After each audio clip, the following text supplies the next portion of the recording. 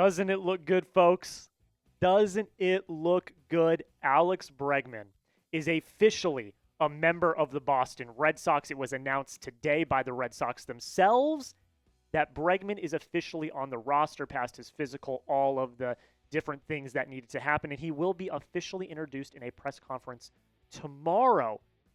However, just because the Red Sox filled a giant need on their roster, are they done yet? That's what we're going to talk about in today's video. We've got some quotes, some socials, a very interesting trade idea that was floated around last night all over the Red Sox internet. But before we do that, welcome to the first episode of the Red Sox Rundown. My name is Jack Lautaret. I am your host, and we are trying to prove to the bosses that a baseball channel here at Chat Sports is feasible. And the way that we can do that is to grow the channel as quickly as possible. So we got to get to that 100 subscriber mark today. We are currently sitting at 10 subscribers. Again, this channel we're building from the ground up. We need 90 subscribers to get to that goal. Let's get to 100 today, as soon as possible. We shall see. But again, we're going to be having Red Sox news, rumors, everything surrounding your favorite baseball team is going to be here on the channel. So don't miss out. Make sure you hit that subscribe button. So as I already teased at the beginning of the video, Alex Bregman is here. Fantastic. You filled probably your biggest need on the team, a right-handed bat specifically at second base. But are the Red Sox done? Cora spoke today to the media after Bregman was officially announced, and he had a very interesting quote about how Craig Breslow in the front office might not be done yet. Here's what he said. We talked as an organization at the end of the season last year that we needed to be more aggressive in the offseason and execute. So far, we've been doing a great job. We haven't stopped. We're not done yet.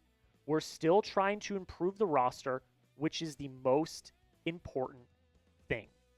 So if you're trying to improve the roster, how does a Dylan Cease trade sound, ladies and gentlemen? It's been clear from the beginning of the offseason that the Padres are trying to move Cease. He's got 1 year left on his deal. It will be a rental for whoever gets him. Could the Red Sox be a prime trade candidate for Cease? I'm going to get into my thoughts. I'm not fully sold on a Dylan Cease trade, but we'll get to that at the end of the video. The reason why this all started is this tweet from Chris Cotillo. Kutter Crawford is a bit behind the other pitchers due to a patellar tendon soreness. Opening day definitely not ruled out. Brayan Bello also has minor shoulder soreness, was shut down for a couple of days, but is back to throwing. So doesn't sound like anything major, but you don't like to see pitching injuries so close to the beginning of pitchers and catchers reporting. The Sox have only been reported to spring training for a few days now, and to already have a few potential starting pitcher injuries crop up, that is concerning. So someone asked Jared Carrabis, the host of the Section 10 podcast, should the Red Sox talk to the Padres about a potential Michael King trade, to which he responded, I think they want Cease. Now, this is very interesting. I would assume if you like the Red Sox, you know who Jared Carrabis is, but if you don't, I will fill you in. He is the host of the Section 10 podcast, but he has a lot of connections. He is very in tune with the Red Sox organization. When Jared talks, you speak. There's a lot of, when there's smoke, there is certainly a lot of fire, specifically when Carrabis says something. So this took Red Sox Twitter by storm last night. Everyone was tweeting about it. Everyone was talking about it. I wanted to talk about it on today's video. But before I get into the nitty-gritty, let me know down below in the comments, would you trade for Dylan Cease? I want you to type T if you would trade for him, or P if you would pass. Let me know down below in the comments section. I'll be watching. I want to see what you guys have to say and get your thoughts. And if you were Craig Breslow, would you trade for Dylan Cease? Now, it's definitely intriguing. Of course, Dylan Cease, all-star caliber starting pitcher. This past year, he pitched 189 in the third innings. He had an ERA of 3.47, 224 strikeouts, and a whip of 1.067. But I'm going to be honest with you guys, those stats on the ground floor might not look incredibly impressive, but if you look at more of his advanced stats, he's pretty good. And I don't think you need me to tell you that. We all know that Dylan Cease is an all-star level, high-caliber pitcher. He finished in the top 20 of Cy Young voting this year in the NL. His ERA plus is 118, which is solid. His K per 9, 10.6, which is something the Red Sox have been drastically missing, is a lot of swing and miss, a lot of strikeouts, and a lot of whiffs. His balls through 9, his walk through 9 is 3.1.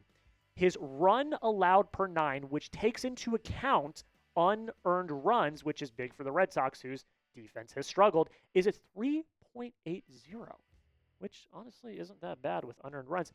And his whiff rate is in the 92nd percentile of pitchers. This is something that the Red Sox have desperately needed. This is something that I hope and believe that they have kind of accomplished with bringing in Garrett Crochet. You're bringing in someone with elite velo, elite whiff rate. He's got Cy Young stuff. That's what you think you've got with Crochet. And if he lives up to his potential, then that's something you're going to get. But Dylan Cease at this point is more of a proven commodity. You know what you're going to get. And like I already said, what you're going to get is that elite velocity, that elite whiff rate. You're going to get swing and miss, which is something that Craig Breslow, Andrew Bailey, and the Red Sox have been desperately trying to get from the start. But what would that trade look like? Because Cease is a hot commodity, although on an expiring deal, is still a pitcher that people that are vying for the postseason are desperately going to want. So this trade idea got thrown out. I believe Coley from Section 10 was the originator of this trade. It's a doozy, folks. It's a doozy. I was actually going to make this video. When I was scripting this first video, it was actually going to be about a Robert Suarez trade. A lot of people, there's a lot of trade rumors and smoke around the Red Sox potentially trading for Robert Suarez to shore up the bullpen, which I already feel good about the bullpen, but might be shaky for some people. So this is the trade idea that Coley and other people were circulating last night around Red Sox Twitter. The Red Sox would receive Dylan Cease and Robert Suarez. The Padres would receive Triston Casas, Masataka Yoshida, and Kutter Crawford. I've got thoughts. I'm going to save them for the next minute or so. But first, let me know in the comments. Would you, if you were Craig Breslow, would you accept this trade? I want you to type A if you would accept it, and I want you to type D if you would decline it. I want you to play Craig Breslow. What would you do? Let me know down below in the comments. I'm going to give you my opinion right now. It's hard to say no because you would be receiving 2 all-star caliber pitchers. You would shore up your rotation and make it one of the most elite rotations in baseball, and you would instantly have a closer for the next year or so. But I am hesitant. There are cons to this trade. Let me explain. The first thing I want to say is kind of what I've already echoed. You're getting 2 all-star caliber pitchers. You're making the bullpen even more solid than it is. You're making the rotation one of the best rotations in baseball. Masataka Yoshida's contract is off the books. That is another reason why this trade makes sense. You're also opening the World Series window this year. I feel like the Red Sox are really close. And I think everyone kind of echoes that sentiment. After you signed Alex Bregman, the Red Sox were instantly thrust not just into the winning the AL East conversation, but they were thrust into the winning the World Series conversation. And if you bring in a Cease and a Robert Suarez, you are instantly opening that window this year. And then the last thing, like I kind of already alluded to, you automatically fill the closer role, which right now is potentially going to be closer by committee. You've got Aroldis Chapman, you've got Liam Hendricks, you've got Justin Slayton, you've got a few other relievers that are also vying for that position, according to Alex Cora. But if you bring in Suarez, it's done. You know, like Suarez has the capability to be a closer. If it was not for the Tanner Scotts and the Jason Adams of last year, Suarez would have been the best reliever on that team. But, you know, the Padres went all in and it didn't fully work out, but they had probably the most elite bullpen in baseball. But why this doesn't work, I hesitate with this. The first reason is you're over the CBT already. You're close. You're about a little less than $10 million over the CBT, which is a good thing. If you want to be one of the best teams in baseball, as we've seen, you cannot be scared of the CBT. You cannot be scared of the luxury tax. You got to spend money to get players, good players, on your roster. However, you would be bringing on the contracts of both Dylan Cease and Robert Suarez. When I was originally scripting this video about Robert Suarez, that would have been a salary dump trade for the Padres. They would have been getting rid of his salary, and you would have been taking on his salary. So you will balloon the CBT more than you already have, and I get it. In that trade, you are getting rid of Masataka Yoshida, and you're getting rid of his contract, but you're still bringing in 2 more contracts to add on to the CBT as it is. So that's the first thing. Second thing, both are probably going to be rentals. This is Dylan Cease's last year on his contract. This is technically Robert Suarez's last year on his contract, but he has 2 options for the next 2 years. And that is kind of my third point. If Suarez is bad, you're stuck with him for the next 2 years. If he's good, he leaves for free agency. So it's a double-edged sword. You're giving up 3 relatively good assets. Triston Casas definitely the headliner of that trade. And you're bringing in 2 really good but potential rentals that are probably going to leave in free agency after this year anyways. And then in the case of Suarez, if he doesn't leave, that means he probably didn't have that good of a season, and you're probably going to be stuck with him for 2 more years. So those are the 3 biggest cases for me. A lot of it has to do with the money, the fit, and whether or not they are controllable. The Red Sox have constantly shown over the past few years that they want controllable pitching. And I don't feel like a Dylan Cease trade is in that formula. Personally, that's at least what I think. And the last point is lineup chaos once again. I think when you bring in Alex Bregman, you kind of solidify what the lineup's going to look like. You solidify what the infield and outfield's going to look like. If you trade Casas and Yoshida, there are avenues to make it work, but there's a lot more uncertainty than you probably would have had now. So that's kind of one of my biggest things. And also, I gotta put this out there. I didn't want to do this now, but I have to. Please stop.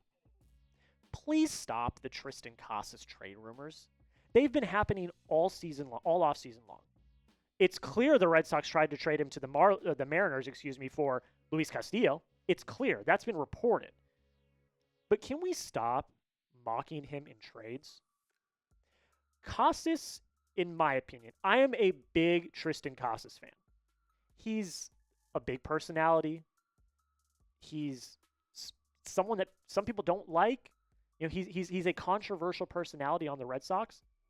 But guys, Triston Casas has the potential and the ceiling of a bona fide superstar that could hit you 40 to 45 home runs every year.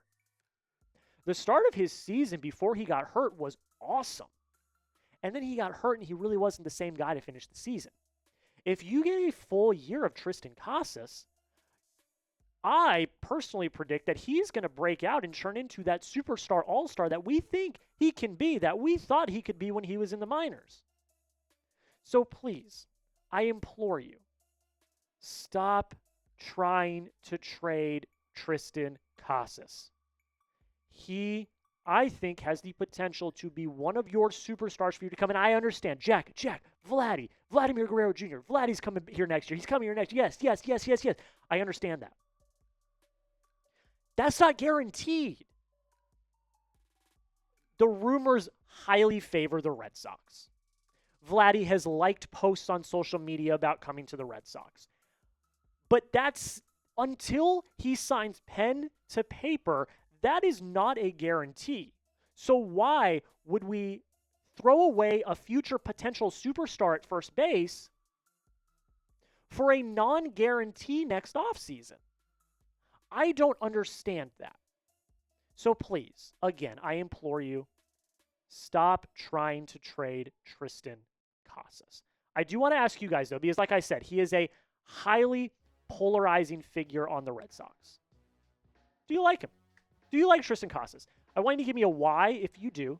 Y for yes. I want you to type N if you don't. Again, highly polarizing figure. He's got a big personality. He's got some weird rituals, but I like him. I like the personality he brings. And again, on the field, I think he has the ceiling of a bona fide superstar. We got to stop trying to trade him. I see the trade I see the trades, the trade mocks, the mock trades everywhere. Please stop trying to trade him. But you guys let me know. Y for yes, N for no. Do you like Triston Casas? My final thought on this entire thing, I agree with the sentiment of striking while the iron is hot. The Red Sox are on a roll right now. They have a lot of momentum. Nothing can stop them. The vibes in Fort Myers are at the tippy top, while in the Bronx, the vibes are at an all-time low. So I am all for that sentiment of striking while the iron's hot. However, you have to weigh out the pros and cons before you make a definitive yes or no.